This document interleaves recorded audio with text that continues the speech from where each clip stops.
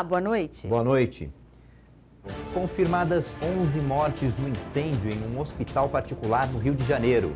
Estados Unidos reforçam criação de fundo de 400 milhões de reais para a Amazônia. Internado em São Paulo, Jair Bolsonaro volta a se alimentar por via oral e deve viajar para a Assembleia da ONU em Nova York. Começam os saques dos R$500 do FGTS. Por enquanto, para quem tem conta na Caixa. A capital da França tem dia de caos por causa de greve nos transportes.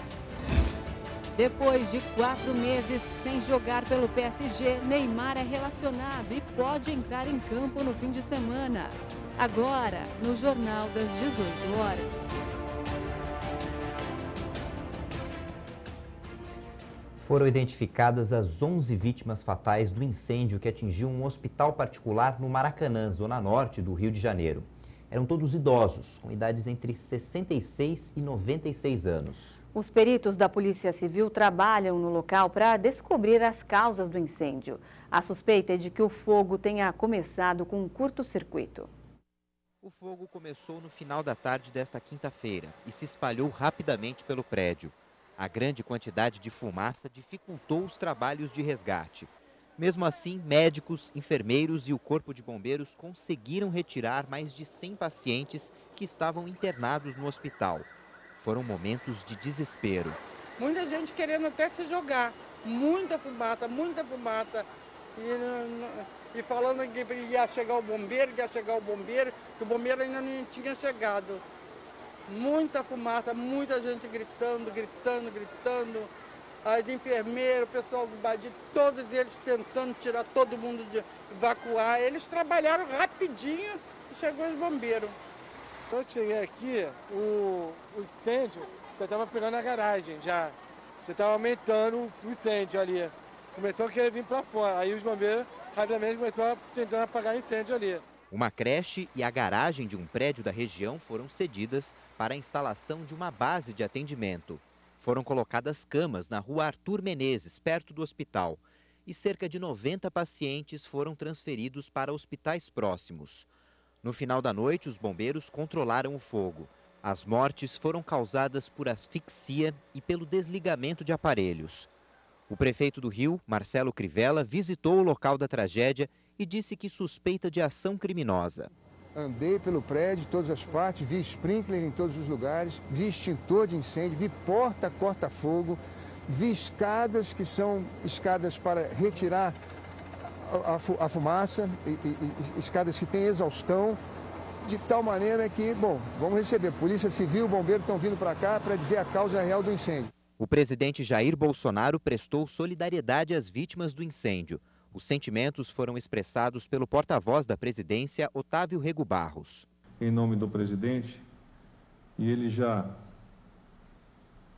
declinou a solidariedade aos familiares das vítimas do incêndio ocorrido lá no Rio de Janeiro e coloca o governo federal, observados os aspectos legais, à disposição para ajudar no que for necessário.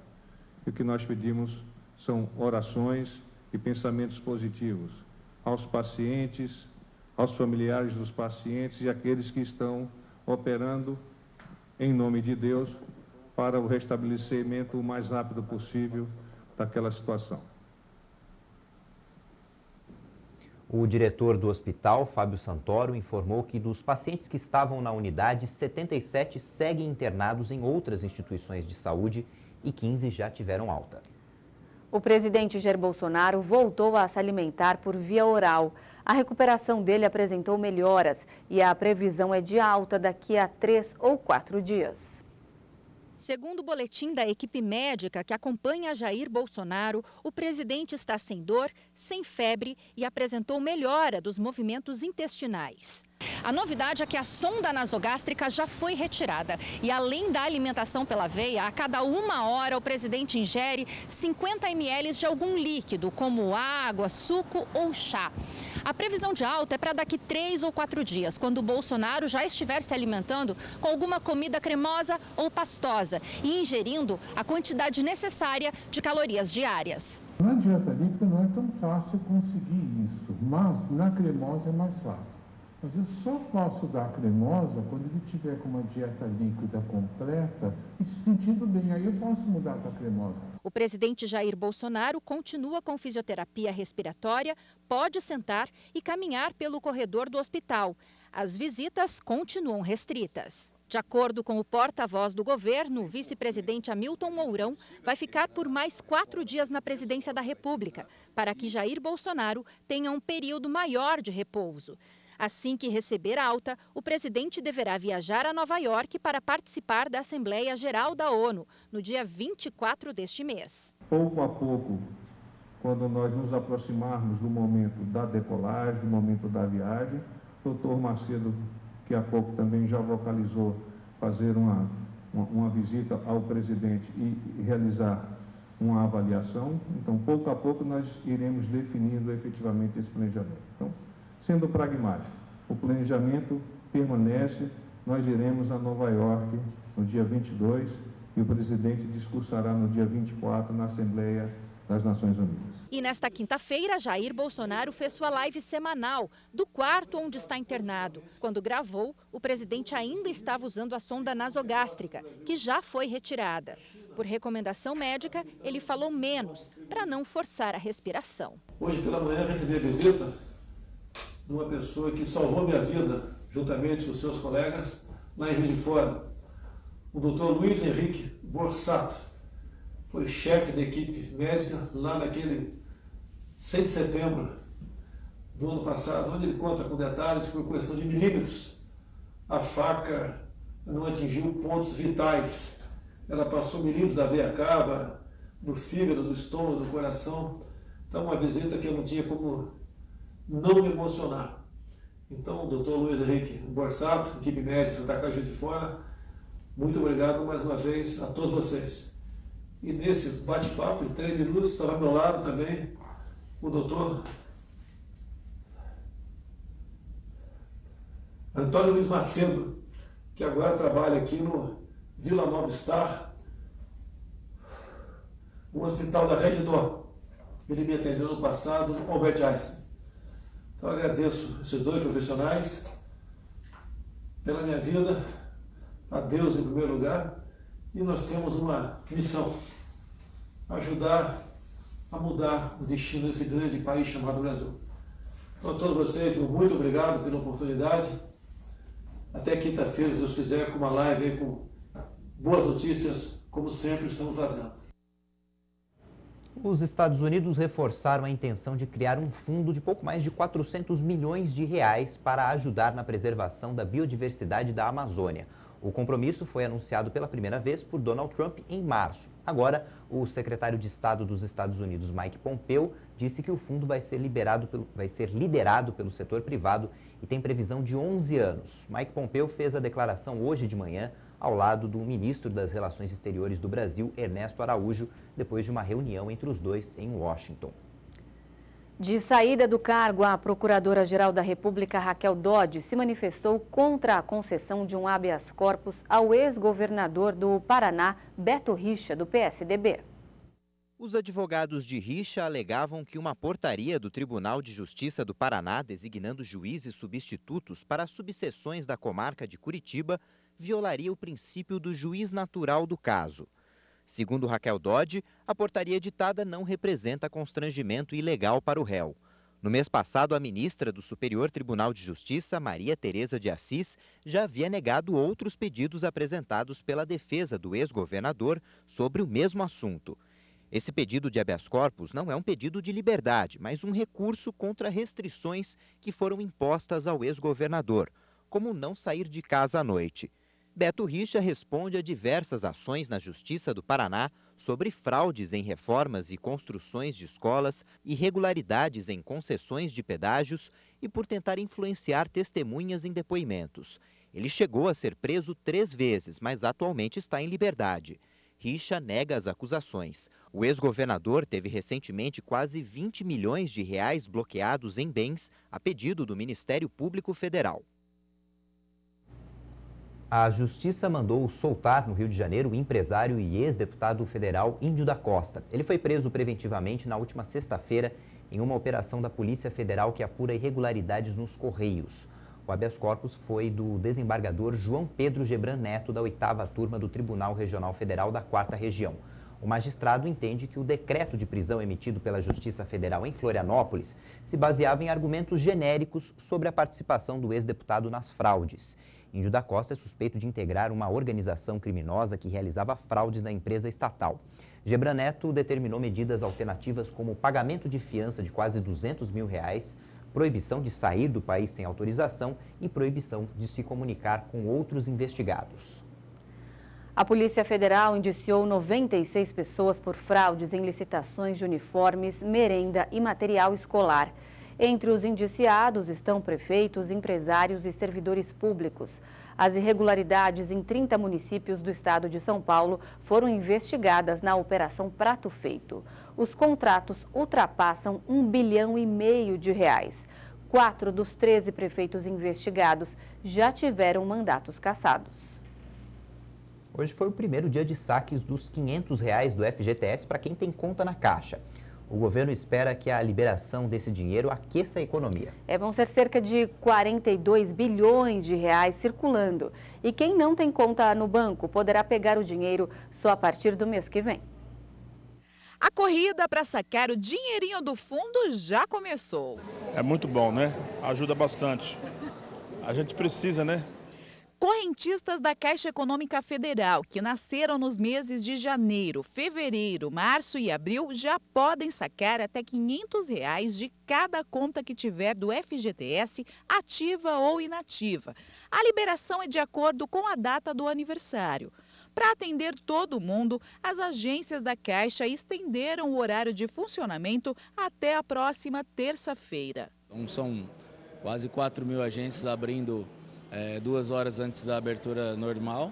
Aos sábados, amanhã é o primeiro sábado que a gente começa a trabalhar, das 9 às 15 horas, também com um trabalho muito focado ao atendimento do trabalhador que vai poder fazer essa opção de saque do FGTS. A partir do dia 18 de outubro, começa o calendário para quem não tem conta na Caixa. E assim como os correntistas, o pagamento vai ser de acordo com a data de aniversário. Ao todo, 96 milhões de pessoas podem fazer o saque do FGTS até o dia 31 de março de 2020. Quem tem conta poupança individual na Caixa, o depósito é automático. Quem tem conta corrente ou conta poupança conjunta precisa autorizar o depósito. E quem não quer receber o fundo também não é obrigado. Creditou na conta poupança, o trabalhador tem até 30 de abril para solicitar o desfazimento. E aí, até 60 dias, a Caixa retorna com o valor para sua conta de fundo de garantia. Quem não tinha conta poupança e não tem interesse no recurso, basta não ir até aos canais de atendimento e efetuar o saque. O saque imediato não interfere em outras modalidades de saque do FGTS. Caso o trabalhador seja demitido sem justa causa, por exemplo, pode sacar o fundo normalmente. No ano que vem, passa a valer o saque aniversário, em que o trabalhador vai poder sacar parte do fundo todos os anos. Mas isso também não tem a ver com a liberação imediata dos R$500. Quem tem dúvidas ou quer saber se tem fundo disponível, terá que procurar os canais de atendimento do FGTS. Muita gente já sabe bem o que vai fazer com o dinheiro. E a gente precisa acertar nossas dívidas, né? Precisa quitar primeiro para depois. Exatamente, para poder ter o nome tranquilo na praça, né? E poder comprar. Eu já vim porque as contas não esperam, né? E aí eu já quero quitar minha conta e fazer novas contas já. A expectativa do mercado em relação às discussões comerciais entre Estados Unidos e China fez o dólar subir 0,66% hoje. Com isso, a moeda norte-americana está cotada a R$ 4,08. Já a Bolsa de Valores de São Paulo fechou em queda de 0,83%. A parcela de famílias endividadas aumentou em agosto em relação a julho deste ano. O estudo divulgado pela Confederação Nacional do Comércio de Bens, Serviços e Turismo mostra que quase 65% das famílias estão com as contas atrasadas. Já os que simplesmente deixaram de pagar as contas são quase 25%. Segundo a Confederação, Mesmo com o aumento do endividamento e da inadimplência, as famílias brasileiras se mostraram mais otimistas em relação à sua capacidade de pagamento, por causa da redução do comprometimento da renda e a perspectiva de saques do FGTS e do PIS/PASEP. Entre os beneficiários que pretendem resgatar o fundo de garantia, mais de 9,5 milhões de brasileiros devem utilizar esse dinheiro extra para limpar o nome e assim voltarem ao mercado de crédito. E veja a seguir, greve nos transportes provoca caos em Paris. Os detalhes em instantes. Até já.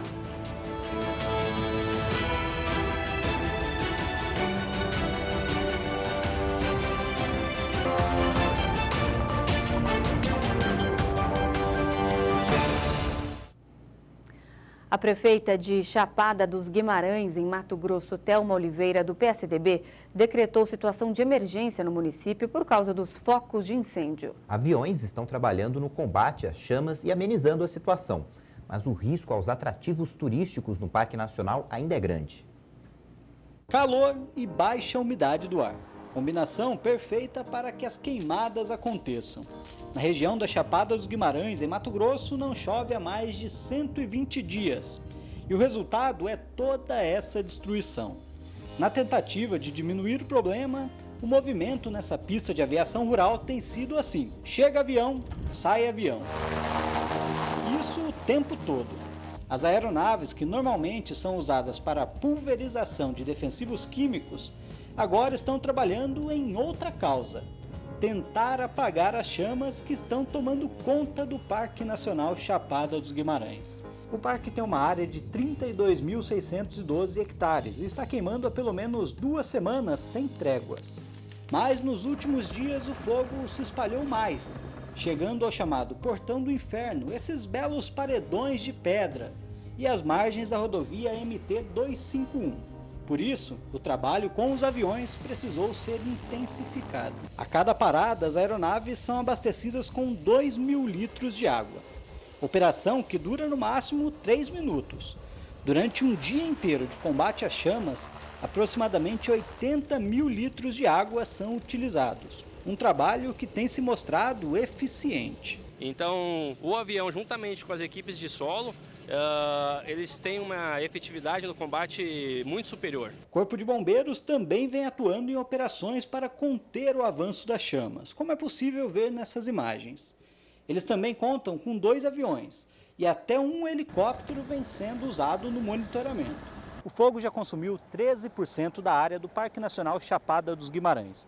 Com o tempo seco e sem previsões de chuvas para os próximos dias, alguns atrativos turísticos, como o Complexo da Salgadeira e outras cachoeiras que ficam aqui na região, já estão fortemente ameaçados. As equipes estão em campo com 2 jornadas de trabalho, ou seja, dividimos as equipes para o combate, inclusive de madrugada, à noite. Segundo os números do Instituto Nacional de Pesquisas Espaciais, o INPE, desde o início do ano até o último fim de semana, foram registrados 19.711 pontos de calor no estado. Esse é o maior número para o período nos últimos 9 anos. E a Chapada dos Guimarães, que tem vegetação predominantemente de cerrado, é a área com mais incidências. O viaduto Alcântara Machado, que fica na zona leste de São Paulo, teve o tráfego parcialmente liberado para carros no início da tarde de hoje. A Companhia de Engenharia de Tráfego está no local e faz a orientação aos motoristas. Ontem à noite, um incêndio atingiu a comunidade que ficava embaixo do viaduto. Em 1 hora de trabalho intenso, bombeiros apagaram o fogo. Ninguém ficou ferido, mas cerca de 100 pessoas perderam as casas. O prefeito Bruno Covas afirmou que essas famílias já deveriam ter sido retiradas da comunidade construída debaixo do viaduto, mas que elas não queriam ser removidas. A Secretaria de Infraestrutura Urbana e Obras informou que o viaduto foi vistoriado em janeiro sem a necessidade de intervenções emergenciais. O Ministério da Saúde decidiu antecipar em 2 meses a campanha de mobilização contra o mosquito transmissor da dengue. A ação pede que as pessoas se envolvam no combate ao Aedes aegypti, que também transmite a zika e a chikungunya. O objetivo é conscientizar os gestores de saúde e toda a sociedade sobre a importância de começar a batalha contra os criadouros antes do período chuvoso. Foi confirmada hoje a terceira morte em consequência das fortes chuvas no sul da Espanha. Veja agora em um giro de notícias internacionais. A vítima era um homem que havia tentado atravessar um túnel na cidade andaluz de Almeria. Ontem, 2 irmãos morreram depois que o carro em que estavam foi arrastado pela correnteza.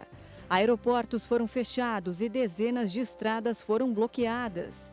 Nas regiões de Múrcia e Valência, cerca de 300 mil alunos estão sem aulas depois que as escolas fecharam as portas por recomendação das autoridades locais. Embora o clima pareça estar se estabilizando, várias regiões do Sudeste continuam em alerta vermelho e rios ainda correm o risco de transbordar. Paris enfrenta uma greve nos transportes públicos contra a reforma da Previdência. Os moradores da capital francesa tentam se virar como podem na pior paralisação dos últimos 12 anos. 10 das 16 linhas do metrô ficaram fechadas e os ônibus circulam em número reduzido. Pelos planos do presidente Emmanuel Macron, os trabalhadores de atividades consideradas perigosas perderiam os benefícios associados a seus regimes especiais.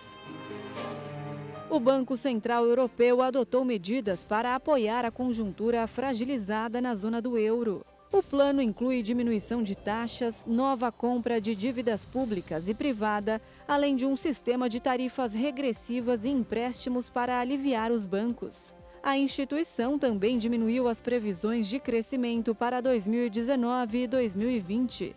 Ao mesmo tempo, pediu aos governos da região que assumam as responsabilidades. Uma falha de drones impediu ambientalistas de paralisarem operações do aeroporto de Heathrow, na Inglaterra, o mais movimentado da Europa. O grupo transmitiu ao vivo pela internet as atividades no início da manhã perto do local e disse que os aparelhos foram prejudicados pela sobrecarga de sinais. O objetivo era pressionar o governo a adotar medidas mais duras para reduzir as emissões de carbono. A polícia prendeu 2 homens e convocou poderes especiais para afastar pessoas da área ao redor do aeroporto até amanhã de domingo.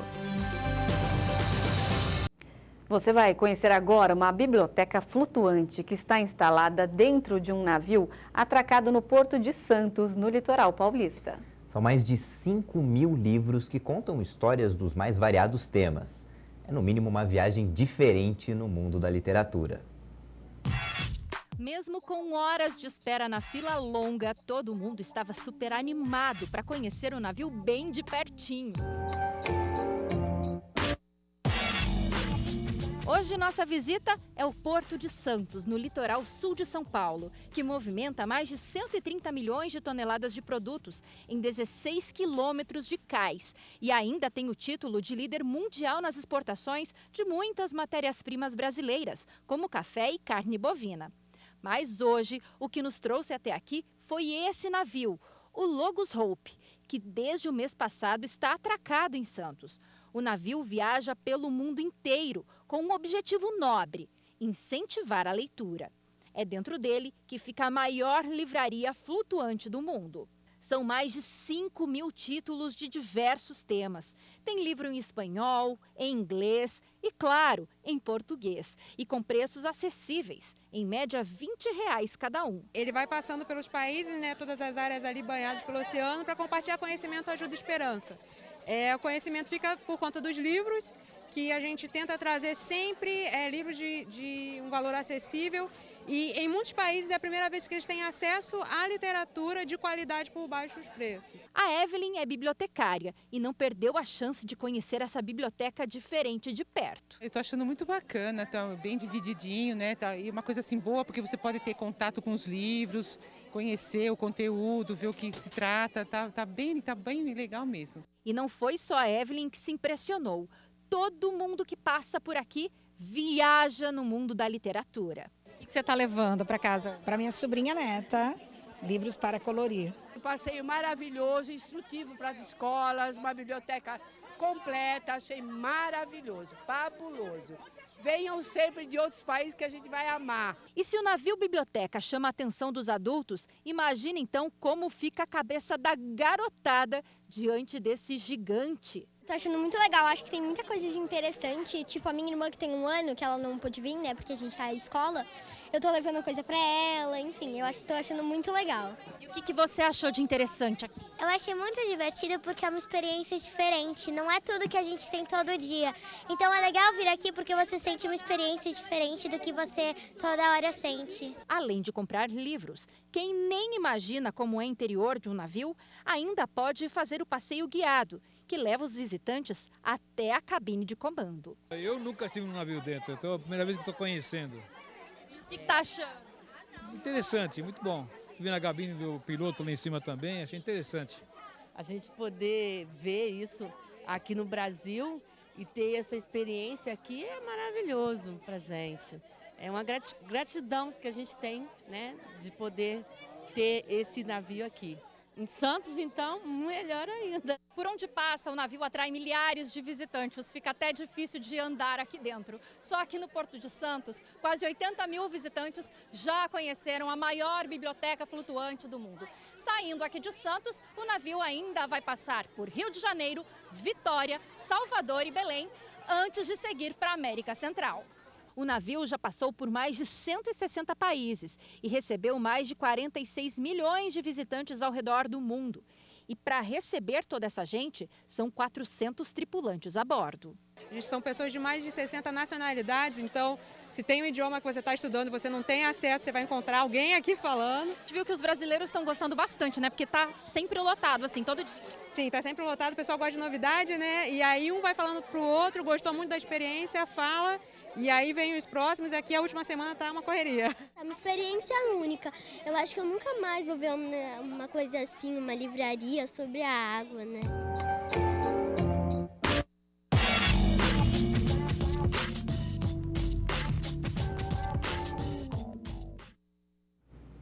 E a gente encerra essa edição com uma história de superação no mundo animal. Um filhote de elefante que teve parte da perna amputada ganhou uma prótese e reaprendeu a andar. Fadian, de apenas 3 anos, ficou gravemente ferida depois de ser presa por uma armadilha em 2016. Agora a bebê elefante está em um novo lar na Tailândia, onde vai viver rodeada de amor e carinho. Uma ótima noite para você. Um ótimo fim de semana. Tchau.